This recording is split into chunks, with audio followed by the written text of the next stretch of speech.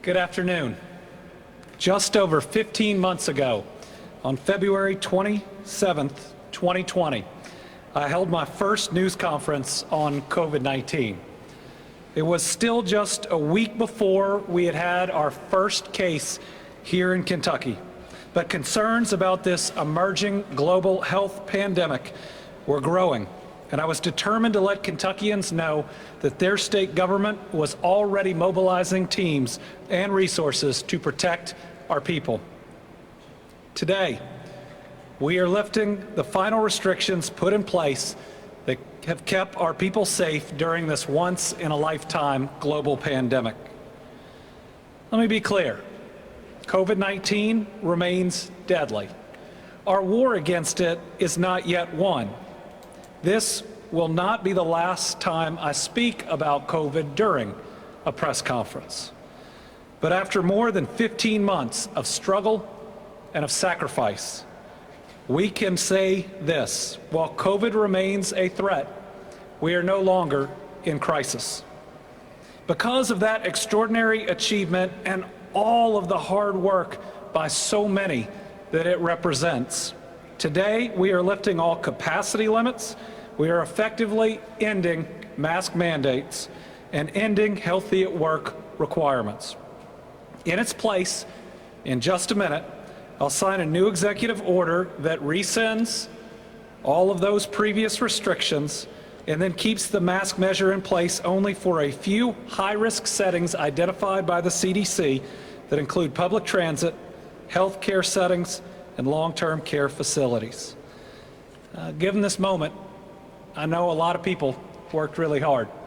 So I'd at least like to ask Dr. Stack, Secretary Freelander, my Chief of Staff, Latasha, to come up here and join me as I sign this executive order ending our restrictions here in Kentucky. Michael Brown, would you join us as well, please?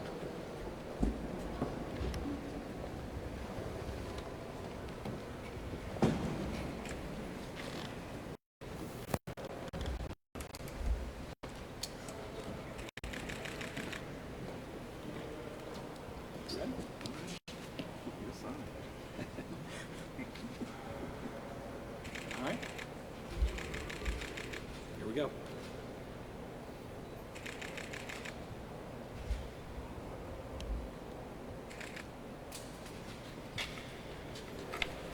And there are always two.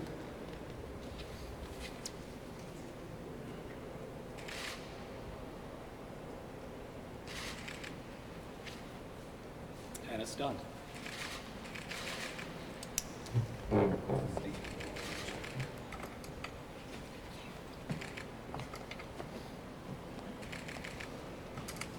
And there. Thank y'all.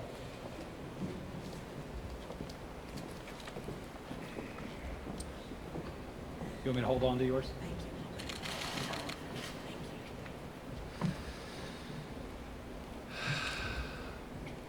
Thank you.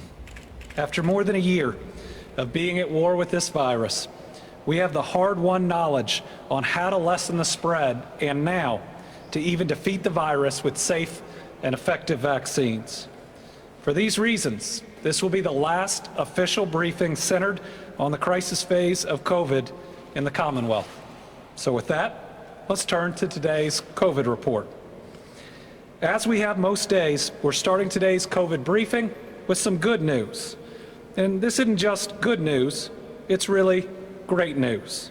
It's the reason we are breaking free of this crisis. More and more Kentuckians are choosing to get their shot of hope. As of today, over 2.1 million Kentuckians have received at least their first shot of one of the approved vaccines. Today's vaccination number, 2,106,464. We're now over 82% of all Kentuckians aged 65 and up, 58% of all Kentuckians 18 years or older, and 50% now, 49.5%, according to actually last week's report from the federal government. More than 50% of Kentucky adults 18 years or older are now fully vaccinated. We've also seen nearly 370,000 Kentuckians register for our Shot at a Million, which is going to make 3 lucky Kentuckians ages 18 or older millionaires, while 15 Kentuckians ages 12 to 17 will win free full-ride scholarships to Kentucky colleges, universities, community and technical schools. The opportunity there is incredible. So in the coming weeks, again, 3 vaccinated Kentuckians, because you must have received at least your first shot of hope, will become millionaires, and 15 Kentuckians will win free ride scholarships for higher education. That is life-changing, opening up untold possibilities and opportunities. Besides entering the drawing, all you need to do is the best possible thing you can do: get vaccinated. 2.1 million Kentuckians, can't be wrong. It's time to join those fellow Kentuckians working to defeat this virus. As a reminder, drawings will be held July 1st, July 29th, and August 26th, with the winners announced the day after each drawing. Once again, 370,000 Kentuckians have already signed up in just over a week. If you haven't yet, you could do so at shotatamillion.ky.gov. Remember, you have up until the day before that drawing, I think, to go ahead and get your first dose of vaccine, and you will be eligible if you don't before the first drawing. You can get your first shot anytime before the second drawing and be eligible, and anyone who's registered will stay eligible all the way through for the drawings. Remember, it's great that there's a shot at $1 million. It's great that there's a shot at a full ride scholarship. But this is how you protect yourself from a deadly virus, protect everyone around you, and ultimately give us a full and final victory against COVID-19. So with that, let's look at today's COVID-19 report numbers. Today we're reporting 237 new cases of COVID-19 and 9 deaths attributable to the virus. Our test positivity rate stands at 2.05%. Those reported to have died from COVID-19, and this is the last time I'll be reading these, include 2 women, ages 54 and 71 from Gallatin County, a 71-year-old man from Harlan County, a 52-year-old man and a 99-year-old woman from Jefferson County, a 60-year-old woman from Jessamine County, a 66-year-old man from McCreary County, a 92-year-old man from Nelson County, and a 56-year-old man from Todd County. As we have all along, let's remember that those aren't just ages or counties or genders. They are irreplaceable Kentuckians that'll be missed by their families and by their communities. And to those families, it doesn't matter that it's happened in the last couple months of when COVID is preying upon us. It is still a huge loss for them. And let's remember all the other Kentuckians that have been taken from us, in many instances in the hardest ways that are imaginable. Sometimes alone, sometimes with a healthcare worker holding their hand, if they're lucky, with an iPad so their family can say goodbye. To those families, not being able to be there to hold traditional funerals have just taken a dark time and made it more difficult. So, until we hit multiple days where we have 0 deaths, I know I'm going to continue to light where I'm living up green, and we'll continue to ring the bells at 10 a.m. until we can say that 0 individuals are dying of COVID.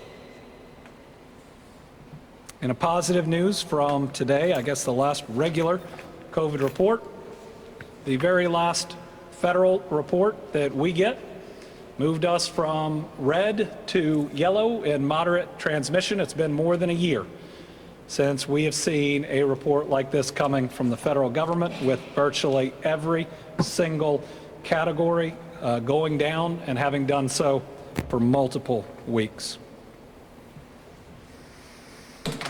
Saving lives of as many Kentuckians as possible has been the motivating focus of my administration in fighting this war. Fighting this virus this long and this publicly tears away any pretense, any facade, I think people have seen me, and they know that at my core, I very deeply care about the people of the Commonwealth. I determined early on that COVID-19 was beyond anything any of us had ever faced in our lifetimes. The seriousness, the deadliness of this foe required us to treat this for what it is, a war, and in fact a war that's taken more Kentuckians than any war that we have been through. A major part of that war was making sure people had the facts about a brand new virus, sometimes what we knew about it changing very quickly and how it was acting changing quickly, explaining to people the steps we would need to take in our response as our body of knowledge grew larger. So from that first briefing back in February 2020 to now, we've conducted 250 news conferences specifically or mostly related to COVID. More than once, we held multiple COVID briefings in the same day. My faith teaches me that we are our brother and our sister's keeper. If we didn't know this before, this pandemic brought into stark focus that all of our actions or our failures to act impact those around us, that we are all connected and here in ways that reach all the way to life and death. When asked what was the greatest commandment, Jesus responded, "Love your God with all your heart and soul, and love your neighbor as yourself." And in the Gospel of John, Jesus tells the apostles, "This is my command, love one another as I have loved you. No one has greater love than this, to lay down his life for his friends." In large measure and small, the people of Kentucky have lived up to this calling. Healthcare workers walking into COVID units when N95 masks couldn't be found, sometimes wearing the same mask they had worn the day before. Our National Guard taking positive, sometimes critically ill patients from nursing homes that had been devastated to a hospital, knowing they were putting themselves at risk, but driving just as fast as they could to try to save those lives and stabilizing those individuals. Our police, our firefighters, our public health officials, being out there to do their jobs even when it was most dangerous, taking the heroism that they normally show, which is about danger to themselves, but knowing that their families, people we love the most, were added to that equation. And for the leadership in so many places out there, from just individuals modeling the right behavior to our faith leaders, to our local officials, in trying to guide us in the right way to bring out the goodness inside all of us, has been an incredible thing to see. And to the people of Kentucky, your faith and your trust in me over the course of this crisis has been humbling. I thank you for the tens of thousands of letters, emails, and sometimes even pieces of art, the consistent examples of care and compassion that you showed every single day, even when people were not watching. That's what kept us motivated, seeing the goodness in one another. We've known for years one of the things that makes us special in Kentucky is how we respond to an emergency, how we run to one another during flooding or tornadoes, things that last days, weeks. Here we were called to do it more than 460 days, and we did. I hope when the story is written of the COVID-19 response in hindsight with enough time to think through it, to remember back and to analyze it, that it's a story of our goodness, of the people who we are and what we did for one another. I hope it stands and shines as a beacon to who we can be when we let all the stuff that we think is important until something like this dominate us. And then we open ourselves up to true values. True values are not stances on political issues. They're things like kindness and generosity, selflessness. Those are values, and those are what we've shown. You know, if you paid attention to things like social media during this, you might come to believe there's a lot more division during this period than the facts bear out. The truth is that Kentucky's success is an inspiring story of hard work, shared values, and cooperation, of sacrifice leading to where we are today. The strength of our unity came into focus when I was asked a question, I think a couple weeks ago. A person said, "Oh, Governor, there were 36 people outside of the mansion protesting that they were unwilling to get vaccinated. What's your response?" My response was 2 million Kentuckians made a different decision, and now 2.1 million have already been vaccinated. In our current day, with the amplification that is out there, sometimes the trees can drown out a very dense forest. But what we have done as people should not be diminished by noise. It is nothing short of amazing. All year long, I saw Kentuckians coming together to be there for one another. Think back to when this first hit. There was limited knowledge that we had about how it spread. And there's virtually no COVID testing capacities in the beginning, and then only our state lab. Aside from reading deaths at a podium every day, the hardest thing I've had to do, the next hardest thing I've had to do as governor, is to tell people that thought that they had a deadly virus not to get tested if they were young enough, not to get tested if they could ride it out, to try to ride it out at home unless they became seriously ill. I think we all knew how hard and how scary that must have been for those Kentuckians. But think about where we have come, and we did it right here. To have a partner first in Gravity Diagnostics, and then in Blue Water, and then in so many others, to take us from not having virtually any testing capabilities to anybody being able to get one anywhere in just a short drive from their home. It was the creation of something in a time of crisis that I think shows not only how we come together, but our ingenuity and what we can do when we all work together. We remember back when we couldn't get PPE, when shortages first in masks and then in gowns and then even in gloves, when we spent so many hours on the phone because somebody's cousin's uncle's friend said that they had the next ability to get it, and we chased down every single one of those. But some healthcare partners came to our aid when our hour was most dire, and we started seeing those shipments come in, and we're able to build, along with those healthcare partners, a full and robust supply of PPE to where it is no longer a concern. And then we look at the story of vaccines. Now, the fact that we have vaccines so quickly is a modern medical miracle. I'll give that one to science. But the fact that they are so effective on the first time, that's just a miracle. We owe that one to God. That right now we can be more than 90% protected simply by showing up to take any of 3 safe and effective shots is incredible. And we did so much of it right here in Kentucky.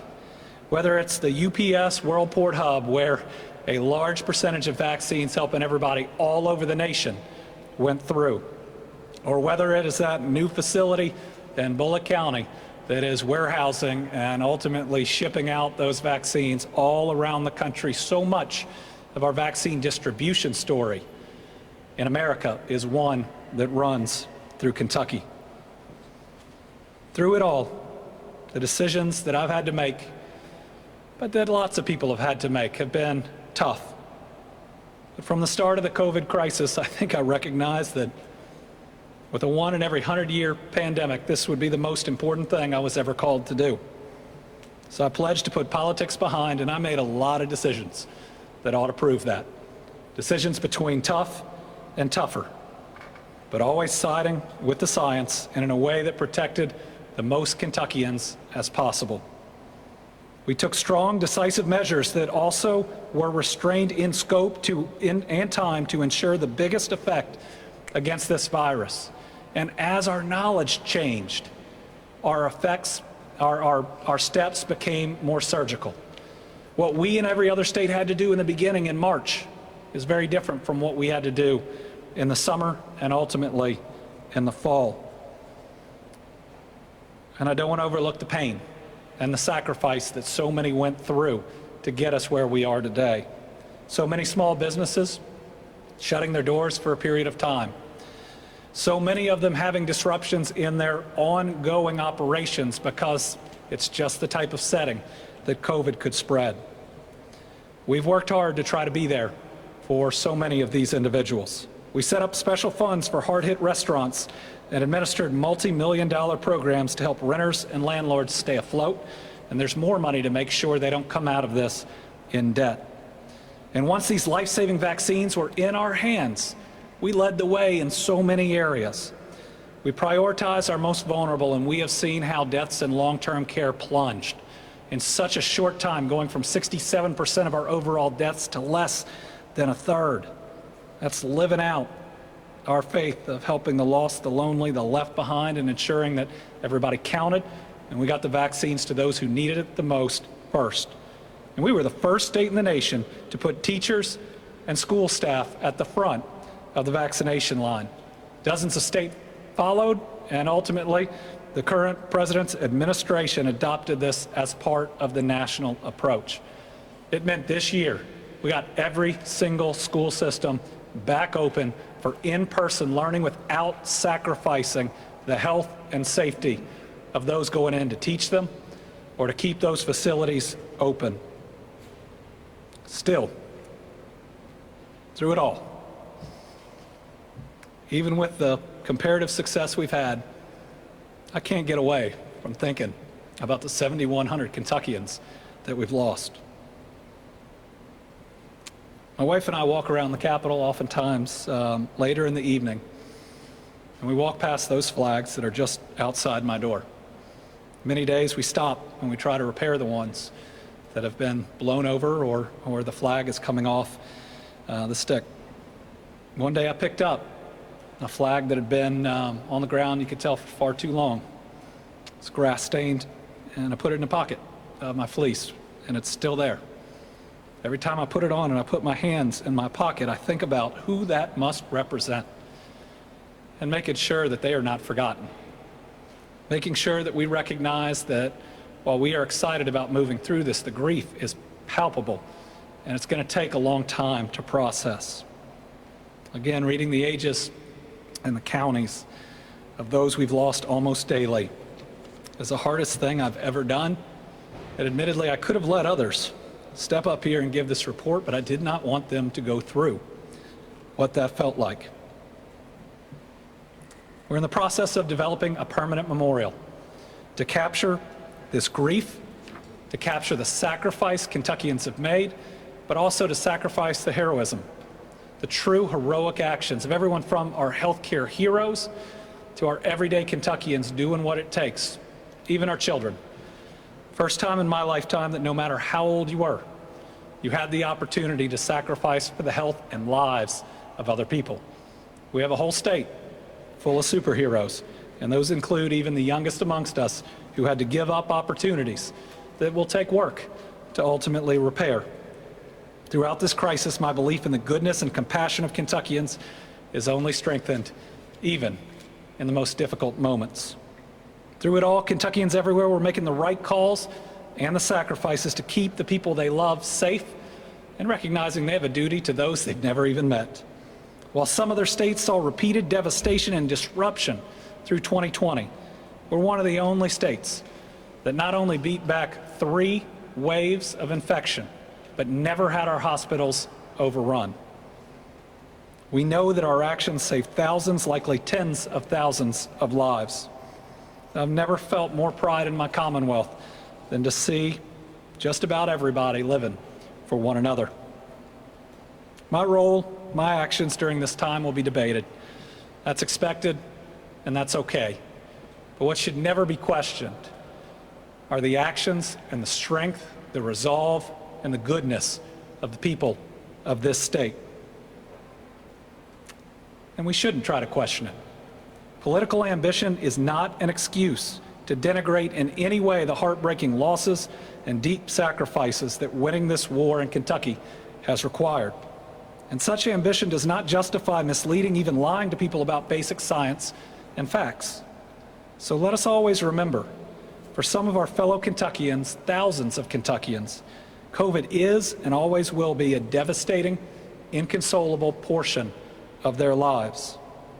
Let's also remember that our goodness is what's brought us through this. And because of that goodness, I believe that we are on track to one of the greatest times of prosperity. I believe it will be the greatest, certainly, in my lifetime. We find ourselves on the cusp of an exciting era that was only made possible by how we've managed this virus. We see ourselves coming back faster than ever anticipated and faster than most other states because of how we managed this virus.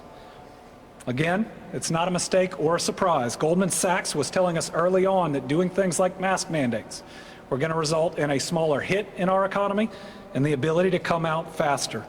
Most recently, Fitch's and Moody's Analytics both noted Kentucky's successful virus response as a key, if not the key, to our resurgence, which Moody's said was with gusto. And we're seeing exciting job and investment plans every week. In the last month alone, we announced Log Still Distillery's $36 million investment, bringing 146 new jobs to Nelson County. T. Marzetti's $133 million expansion in Hart County, which is going to add 220 new jobs. Firestone Industrial Product Company's $50 million expansion in Whitley County, bringing 250 new jobs. Velan North America's $8.8 million investment, bringing 75 new jobs to Shelby County. Kruger Packaging, $114.3 million investment, bringing 150 new jobs to E-Town. Jackson Purchase's $8.76 million distillery in Fulton County, creating 30 new jobs. And Louisville-based On Point Warranty Solutions' $900,000 expansion to add 104 new jobs in Jefferson County. I can say I have truly never been more excited about our future economically than what we are seeing right now. We are on the cusp of unprecedented prosperity, and I think we're just getting started. But we got to take that same goodness, that same responsibility, that selflessness over selfishness, and make sure we pay it forward, because this prosperity has got to reach every part of this Commonwealth, including places that have felt left behind, in every part of every city.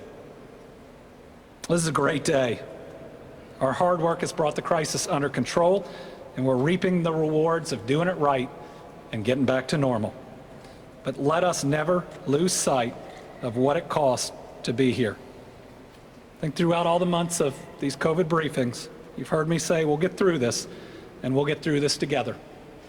On better days, it was a simple reminder that our true strength lies in our ability to cooperate and to care about one another. On tough days, it was a reminder to everyone, probably me especially, that although the challenges were great and the grief sometimes too much to bear, none of us was alone at any time ever in this struggle. In the end, this just ends up being a true statement. We've struggled and lost, we've grieved and mourned, we've achieved and triumphed during this time, and we've done it together. On a personal note, I want to thank a few people, because I was never in this alone. Virginia Moore, our ALS interpreter, and now, rightfully so, superstar, has shown us through the power of her talents and example just how important inclusivity is during a crisis. And I believe it was Virginia that started a national trend to where we now see interpreters at virtually every press conference of any type. I want to thank Dr. Stephen Stack, our Commissioner of the Department of Public Health, for his incredible work, for his resolve, for his being willingness to take just as many slings and arrows as I have, and for always sticking with the right thing to do. I want to thank Eric Freelander, Secretary of the Cabinet for Health and Family Services, who provided his knowledge and expertise along with all those resources of the Cabinet. It's truly incredible. With that, I'd like to ask Dr. Stack to come up here and to give us some comments, because he's been here at almost every single one of these from the very beginning. Steve?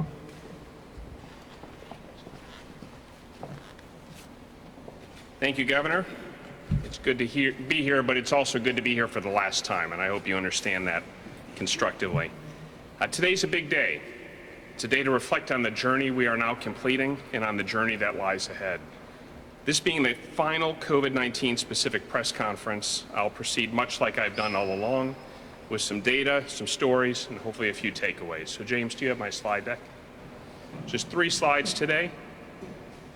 It's hard to pick from all the images we've used over the last year a single image if I were to try to tell the story. But on this one slide, I could probably stand here for a couple hours and tell stories that go with each one of these vertical bars. There are 67 weeks represented on the governor's purple stair-stepper slide that he used at so many of these press conferences.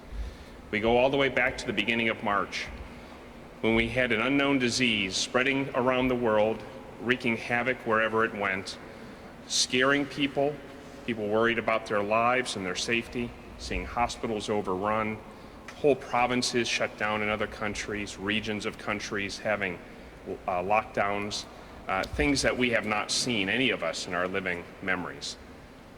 That's the beginning. Along the way, we've gone through our own reporting patient number 1 on March 6th and all the uncertainty and fear that brought to Kentucky, getting PPE when PPE could not be gotten, building a testing system that did not exist and scaling it so that everyone in Kentucky could get tested whenever they needed to, managing absolutely massive data surges with archaic data systems and processes never designed to handle the tasks that were thrown their way, preparing for worst-case scenarios in Kentucky that we were seeing unfold in real time in other states and in other nations, implementing First Healthy at Home, where Beers with Bashir happened every day at 5, and as I traveled the state this week, it's remarkable how many people remember those times. And then implementing Healthy at Work. Continuously learning, educating, and refining our efforts, navigating surges and plateaus, striving to interpret this data in real time when having clarity with all of the uncertainty is forever a difficulty. Distributing medications and therapeutics. I never thought when I became Commissioner for Public Health I'd be the Chief Executive Officer of a complex pharmaceutical distribution company, effectively. And then the vaccines. The vaccines are amazing. 3 brand new vaccines released in less than 10 months from the first patient found here in Kentucky. We have vaccinated more than 2.1 million Kentuckians in less than 6 months. Typically, vaccines for children nationally ships about 80,000 vaccines in 6 months. Just to put in context the sheer staggering size and complexity of the vaccination project that we are undertaking now, a large part of the journey which is behind us, but more of which still remains. All of this and more, so much more, was accomplished by dedicated and hardworking state and local health officials around the state. I hope you all express your gratitude to them for the sacrifices that they have made to keep all of us safe. And then all of the levels of government, local, state, and national, that have worked together throughout this entire response. And all the public and private sector partners. If ever you wanted to see the power of working together and putting aside differences to find commonalities and do good things, you need look no further than what we are going through now and what we have concluded with the COVID pandemic. I have had the privilege to work with school superintendents, with judge executives and mayors, with college, university presidents, with public health folks at every level of government. There's so many folks, with hospital executives and chief medical officers, with clinicians, and it goes on and on and on. This has been an all-hands-on-deck effort. In every single one of those meetings, the central hallmark was cooperation and kindness and people coming together to do the things that needed to be done for Kentuckians. So thank you to all of Team Kentucky. Together, we have gotten through this. If I could have the second slide, please, James. All right, this is where we are now, which leads to where we're heading. This is a staggering story. A 93% decline in new COVID cases in Kentucky since January. That's the top left. The bottom middle, an 83% decline in COVID-19 hospitalizations since January. It's the bottom middle again. And the top right, a 95% decline in COVID-19 deaths since January. Folks, that is staggering, a 95% decline. And you know what? There's a lot that went into this, but nothing more so than the modern medical miracle of vaccinations. And I've already said, in less than 10 months, science developed vaccines for a disease that did not exist as recently as 2 months before they started this process. We vaccinated 2.1 million Kentuckians, and more than 172 million Americans have received at least one dose of vaccine as of today. Every Kentuckian 12 years of age and older today has access to these vaccines. We have over 700,000 of doses available and waiting for people to get vaccinated right now in Kentucky, and access to as many as 2 million more to draw down from the federal government. So folks, to keep yourselves, your loved ones, and the people you care most about safe, please get your shot of hope as soon as you can. And for all of you who have, thank you. Thank you for keeping yourself and your loved ones safe, and for keeping all Kentuckians safe through your action. If we could have slide number 3, James. I tried to leave you with some stories along the way, and as I was trying to think about some of the ones, of course, there's about the honeybees, don't be one. Buckshot, don't spread it. Etch-a-sketches, plans are too often written on them and shaken regularly. Bow ties, and Virginia even coined a sign name for me, Dr. Bowtie, here in Kentucky, which is why I'm wearing one today, because to not do so seemed inappropriate. And even my notebook, I had 2 Kentuckians who noticed that I would walk up here with a notebook, one who made me a custom sort of acrylic cover on it, which adorns my bookshelf in the office, and another individual who noticed, I think, just based on where I had the little marker thing, that it was almost used up. And he shipped me a new notebook so that I wouldn't go without one. So these little acts of kindness make such a big difference along the way, because it has been a hard road for all of us. And so this week, those cookies up there, and thank you to Jessica in Urban, Kentucky for making those. I had the great joy to get out in the field and go down to Appalachia and visit southeast part of the state. And when I was in Powell County on the way back, I was gifted with this box of cookies, which don't only look phenomenal, they tasted pretty good too. In there you have the Team Kentucky, which the governor has helped us use as a rallying cry to bring us all together. The bow ties, which became something of a hallmark for me. The Etch-a-Sketches, and some of my audience is young, you may not know, but when you shake them, the image disappears, right? You write your plans and then people shake it and everything has to change over and over and over. And of course the masks, which became such a part of our lives. The quote up there she attributed to me, and this is the part that I wanted to share as my last remarks and my parting thoughts. Along the way, it's really tough when you're sitting here in Frankfort to try to project leadership across the state. It's hard to know if your message is received and how it's received. And it's hard to know if you're repeating yourselves too many times or not enough. It's kind of difficult. So it's easy to see how people feel you get out of touch when you get further removed. One of the most affirming things, one of the most touching things this Monday and Tuesday when I traveled in 5 of those counties, was the number of people who told me in the different counties that those messages got through. That they said, they heard that I said, keep calm, take care of your people, do the right thing. I got your back if you do the right thing. If you do the right thing and something doesn't go quite right, we'll stick up for you. And I'll say that you were trying to do the best you could to do the right thing. And how much that empowered them, and it reassured them, and enabled them to go out and do hard things that had to be done. We would not be here today were it not for the collective effort of lots and lots and lots of Kentuckians. I am very grateful for the privilege I've had to come into your lives. I wish it weren't for this reason. Believe me, I wish it weren't. But I am very grateful to all of Kentucky for the privilege to serve, to Governor Beshear and Secretary Friedlander, and I am very grateful to my public health colleagues. It has been the privilege of a lifetime to serve with my colleagues over at the State Department for Public Health and all the local health departments. So Governor, thank you for the opportunity, and here's to a better summer ahead. Thanks, everyone.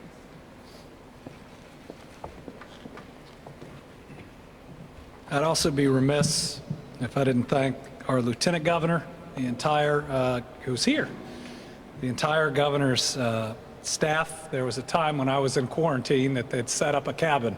It was just me alone, and they were able to broadcast out of. Our state police, our National Guard, everybody who was out there doing the right things during this. And I got to thank my wife, Brittany, and my 2 kids, because even in the toughest of times, I was able to come home to a family that loves me and a dog that kind of likes me. But just having that stability. And as I think back, yes, there are difficult moments, But there was also the fact that I eat dinner every night with my kids. There was the fact that they came over almost every day for a period for lunch, and it's more time than I'll ever get to spend with them again on a daily basis going forward. So with that, we will open it up for questions, and once we get through them, I've just got a couple of last remarks, and that'll be the end of these press conferences. So we've got a lot of people here today. We had those that RSVP'd, but I want to make sure as we give each of those individuals who wants one a chance to ask a question, then we'll field them from anybody else. So we start with Corinne Boyer from WEKU. It's good to see you in person. Sure. Hi. So you've talked before about phasing out unemployment before September. Do you think you're going to do that? And have any of the people who died recently, have they been vaccinated? Do we know?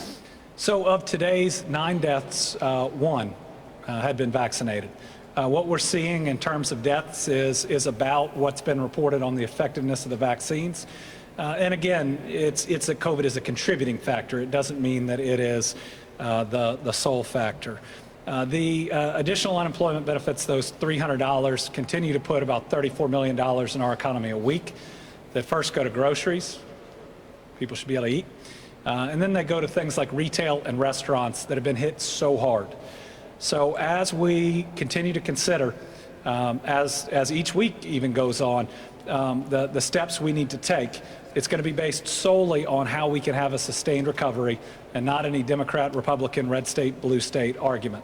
So our goal is to make sure that we can move people off, but at the same time, not remove those payments all at once for those that had their child care eliminated or are still working jobs where they could be at significant exposure and may have underlying health conditions.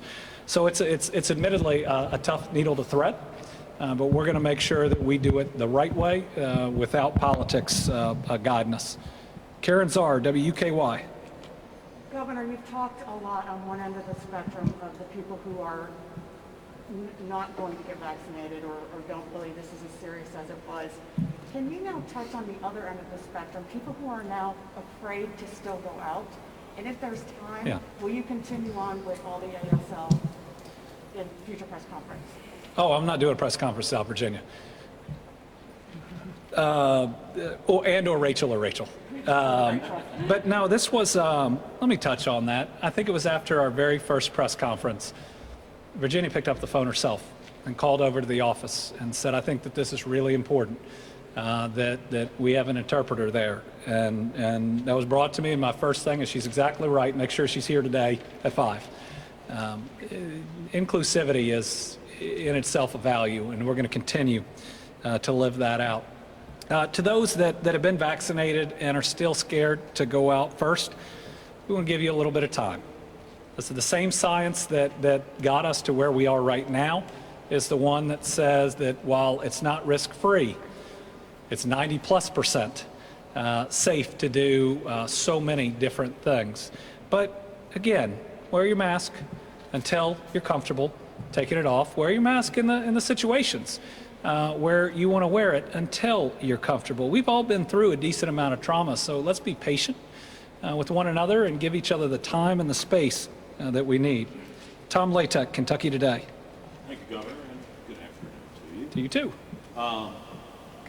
You touched briefly on the memorial. Mm-hmm. Do you have an update on the fundraising and where it stands? How close are you to having artists do proposals and what have you? So the COVID Memorial, which will be on the Capitol grounds, is a way that we can remember the lost, the sacrifice of the living, but also the heroic actions of so many Kentuckians.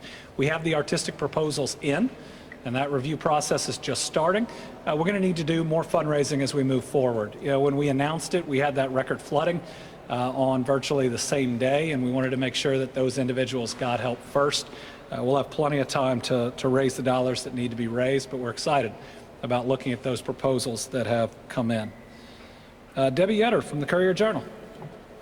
So does the public health emergency still exist? Have you looked at that order, or do you have, what do you think about doing that? So the federal government still has its public health emergency in place.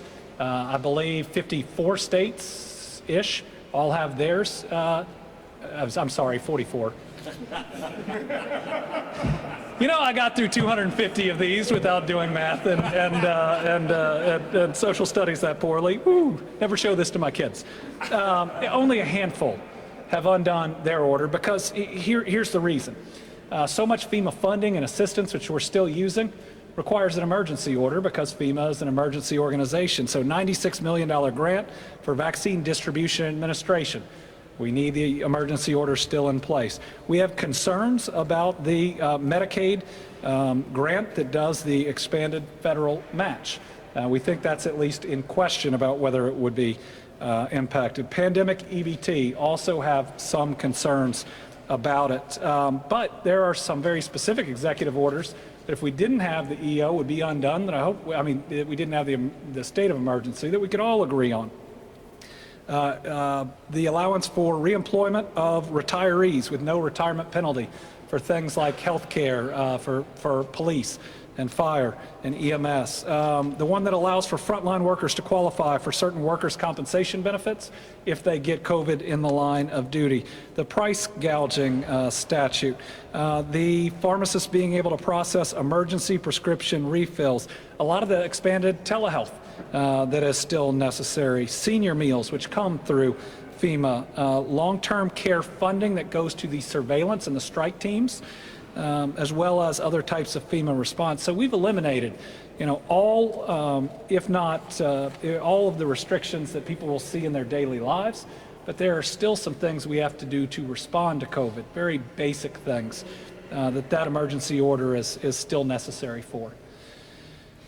Alex Keisto from the Herald Leader.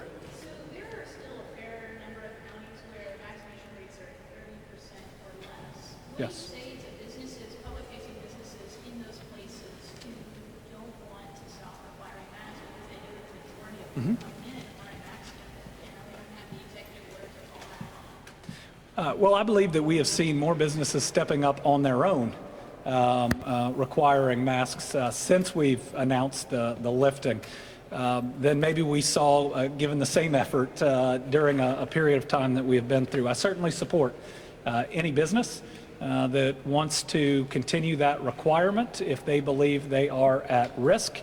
And I believe that we should all ultimately support that. Again, you don't go through something like this and just everybody immediately feel okay about where they are. And we have so much data now to where, again, that's one of the reasons we can do what we can do. You can really analyze your risk based on where you are and what you're doing to make the right decisions. So any business that still feels that way, number one, get your employees vaccinated. But number two, if you want to keep it up, keep it up. Mark Vanderhoff, WLKY.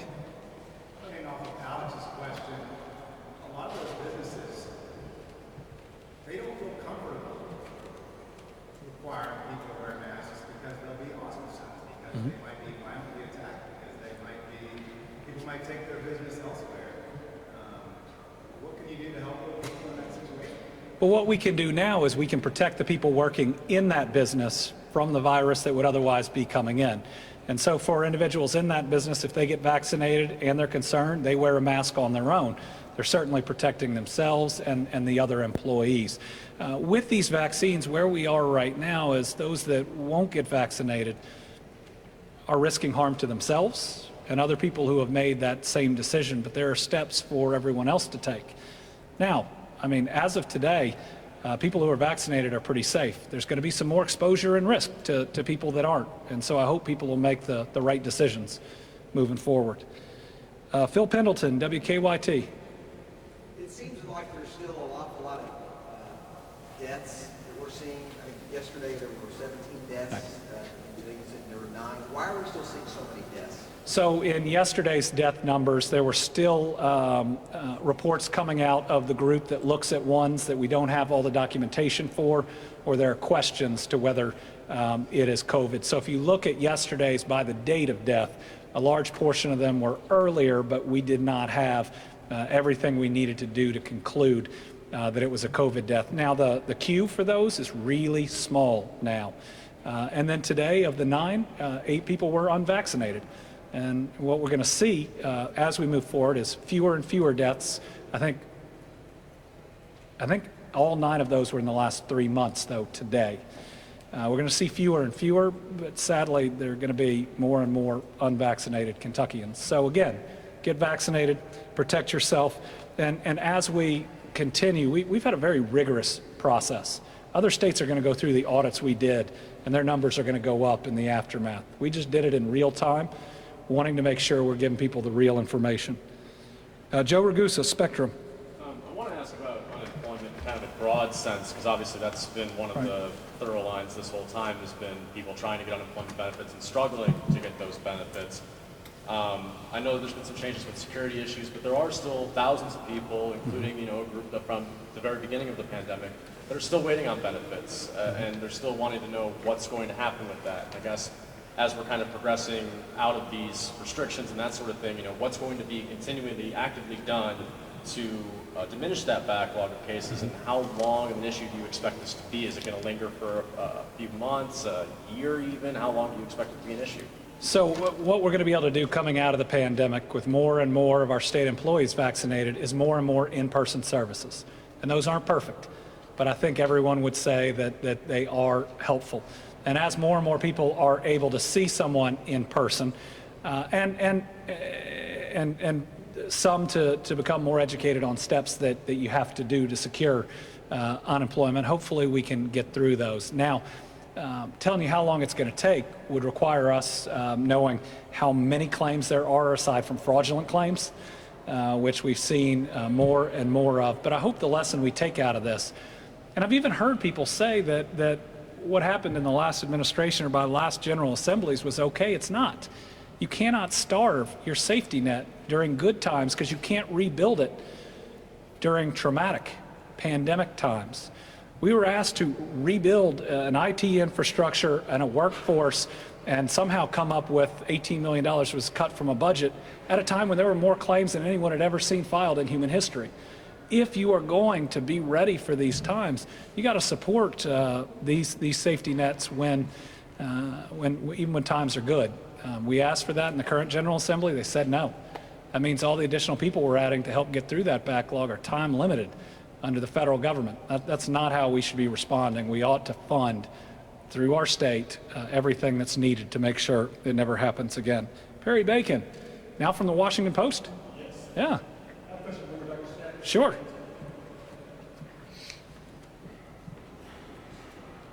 So I guess the question is, I assume there's not much political support to have more restrictions within Ukraine. That said, 42% is a lot of people who have not been vaccinated. Are you fully confident in a purely health sense that 15 to 40% members the right health decision, whatever the politics you're going to have?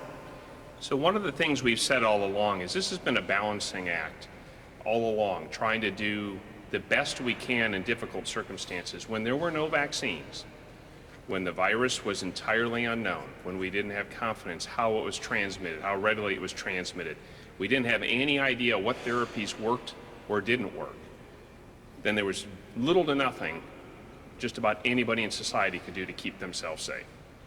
Now we understand the virus a lot better. Now we know how to treat it a lot better. Now we have PPE to protect healthcare workers. And now we have vaccines that can give you a 95% protection that you're not going to die from this. And that it gives you over a 90% protection. You're not going to end up in an ICU or a hospital. Now the calculus shifts. There are steps we can all take to keep ourselves safe. And if we are still vulnerable despite that, and there are people who have immune system problems, who have other medical issues, then they can choose to modify their activities. They can wear a mask. They can avoid certain settings. So now the burden, I think, falls more to us as individuals to make choices to protect ourselves and to take the steps we can. And when the governor says 8 out of 9 people we announced as dying today were unvaccinated, the evidence is overwhelming. If you get vaccinated and all of us get vaccinated, we can put this behind us and we won't have to dwell on it anymore and no one will be at risk. Until then, every individual now needs to take the steps they need to keep themselves safe. All right. Melissa Patrick, Kentucky Health News. Hi, Governor. Hello. So many Kentuckians will take your directives today as a sign that the pandemic's over. What do you have to say to those who think that we're done? Well, to those that are vaccinated, again, and making overall good decisions and willing to get boosters if we need to, the risk to them is very low. And normalcy is here again, and thank you for your hard work and your willingness to get vaccinated. If you are not vaccinated, we have talked over and over and over about how to protect yourself from this virus, and you have the personal choice now, either to get the protection of the vaccine or to take the steps that we know can protect you. So to everybody out there, just do the right thing. Okay, from WHAS, I want to do the pronunciation right. Sinite? Yeah. And tell me your last name, Sinite.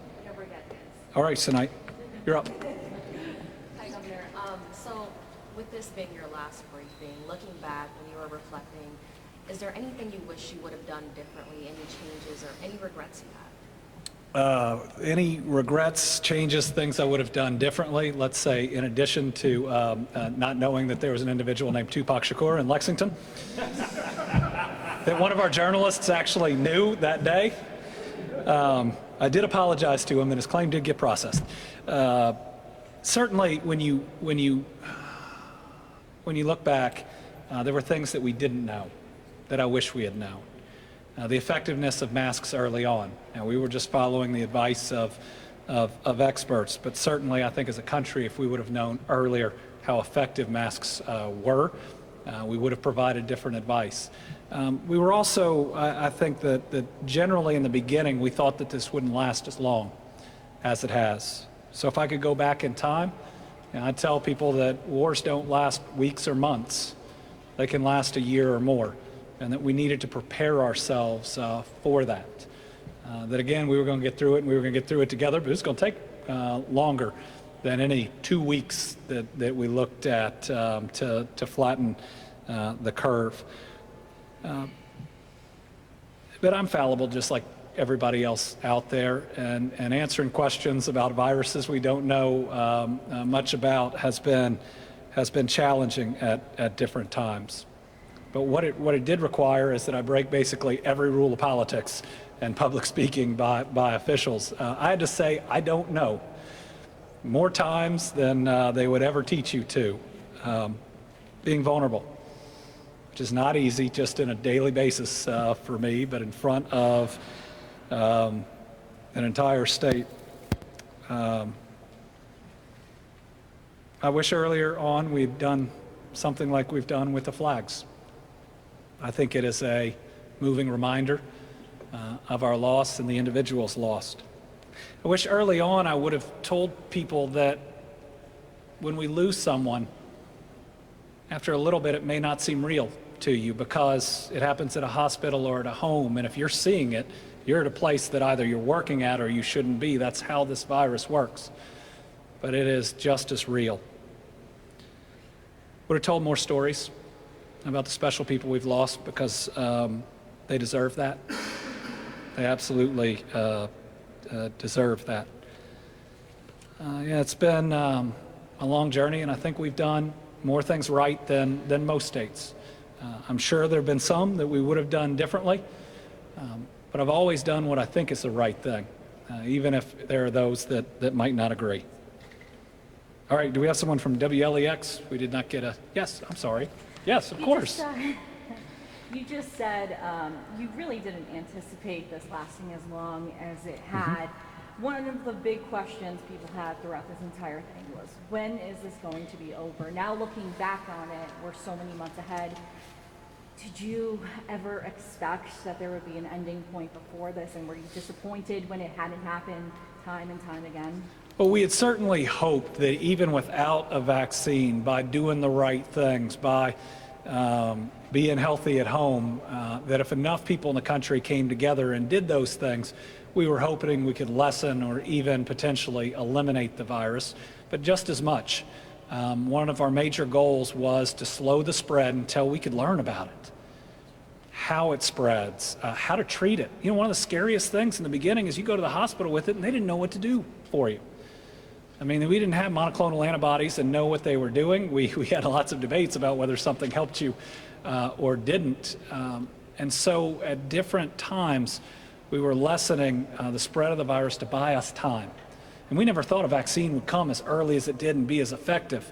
But we did need more time to learn how to treat it so that our hospitals weren't overrun and so people could get the help they needed.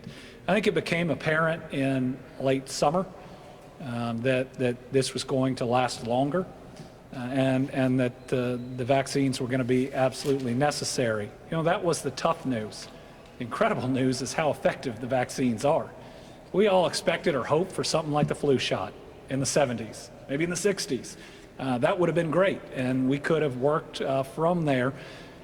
But the 90s, 95% cutting down death is more than we could have ever prayed for. And so while there were the things we might have wished had happened differently, this was an absolute gift from God that I'm going to be grateful for my entire life. I'll never forget sitting in that office and seeing what wasn't the pessimistic but the moderate early view on how many people we would lose. It was 80,000 here in Kentucky. And I had to look at that and know that I was going to be the governor and the captain of the ship, and we might lose 80,000 no matter what we did. We've done a lot better than that. Obviously, those models weren't as accurate, thank God, as they might have otherwise been. All right, anybody else? Yeah. Yeah. Governor, we've talked a lot about hesitancy. A lot of it right now is on the parents, specifically those 12 to 17 now have the decision of whether or not they feel it's safe for their children to be vaccinated. How are you navigating that hesitancy, and what will you do if and when that vaccine is approved for those younger than 12, when parents, expectedly so, might be even more hesitant? And do you have a message even for those children who might want to be vaccinated but need their parental approval? So next week, my son turns 12. And after his birthday, the day after his birthday, I'm taking him to get vaccinated. You know, I always said that I'd get the vaccine when it came out, but I stood next to my wife when she got the vaccine. I'll stand next to my son when he gets it. I love them, and my daughter Lila, who's not quite old enough yet, more than life itself, and I trust this vaccine enough for them to get it. This is how we ensure when we go back to school it's normal and kids can have all the experiences they need to.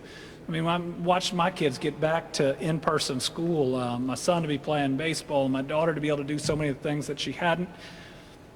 And while I don't see them as much, I see how happy and engaged they are, and it's really special. We got to want that for every single kid out there, and that means making responsible decisions as parents and for children. And it's about getting people good information. You know, I was at a place where somebody in all the best of intentions, a younger Kentuckian who'd fall between that 12 and 17, sat down and said, "What's it like to be governor?" You know, small question.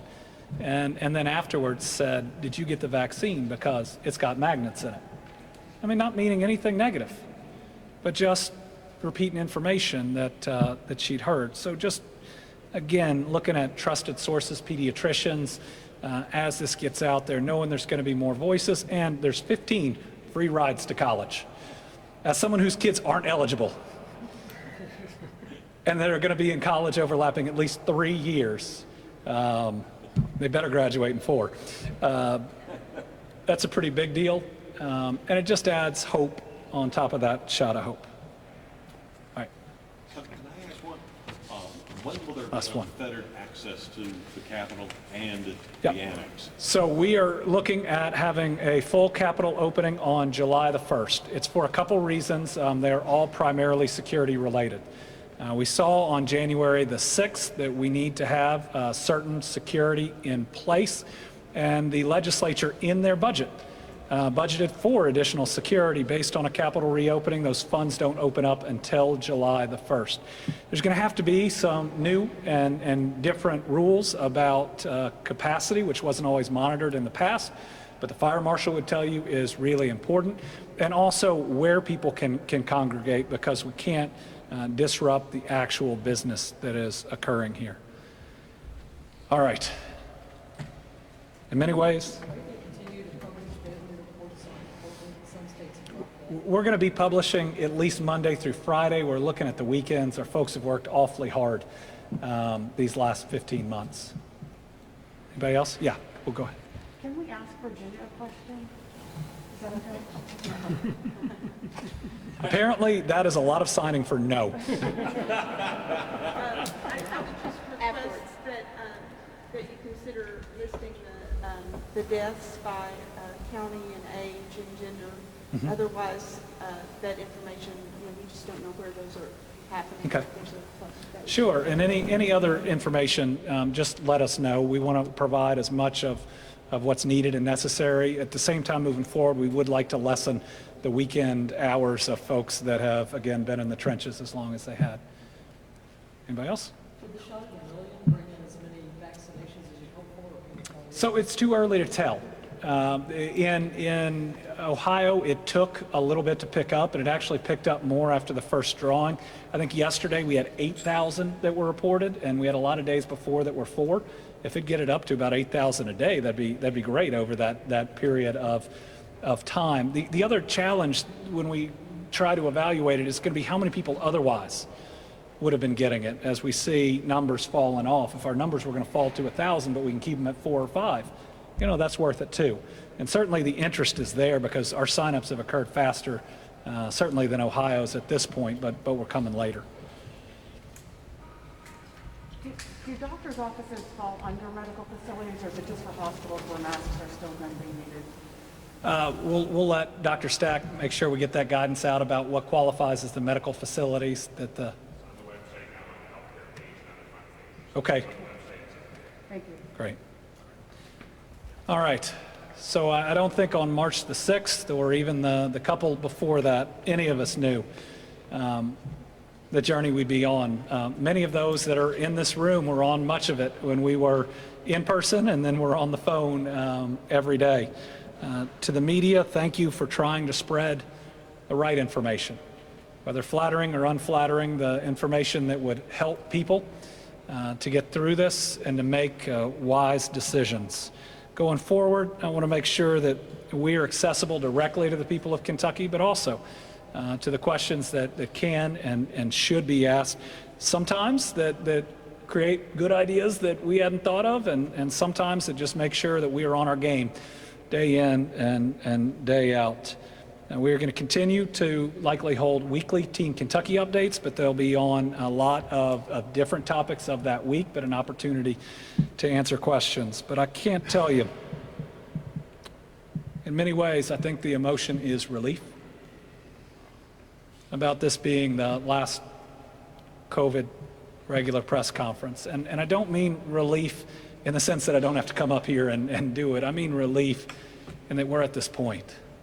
Relief in that we don't have people in long-term care facilities dying every single day and being evacuated to the hospitals. Relief that I can put away the giant map where we had calculated every individual patient that our state parks could hold and how we would staff them. Relief that we no longer need the concentric circles about when we were going to have to tell hospitals that they needed to push people to different places. Relief that we don't face those days where we were worried about whether there was going to be enough food on the shelf or diapers. I remember us working to secure excess baby food for somebody who couldn't get it at the grocery during one of the early days of this pandemic.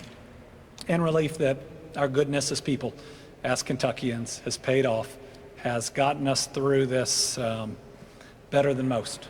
We still have work to do, but the crisis at this point is over, and I really look forward to seeing people face to face for not taking so many things for granted that we did. Remember, we are all connected, and as Kentuckians, we succeed when we work together. As we approach this new, I believe, era of prosperity, where we are no longer a flyover state, we are just as viable for any opportunity out there as anyone else. But it's that working together, making sure prosperity reaches everybody. Remembering that we are our brother and sister's keeper, and we have to love our neighbor as ourselves, that will make us that special place that can be a leader, can be an absolute leader in this economy that we are creating and we're going to create. And I look forward to being a governor that's known more for for just working to get us through COVID. But one, I hope that ushers in a time when we see people succeed and prosper and provide opportunities for their kids they never knew was possible. Thank you all very much. And Virginia, this is our very last one. Thank you all.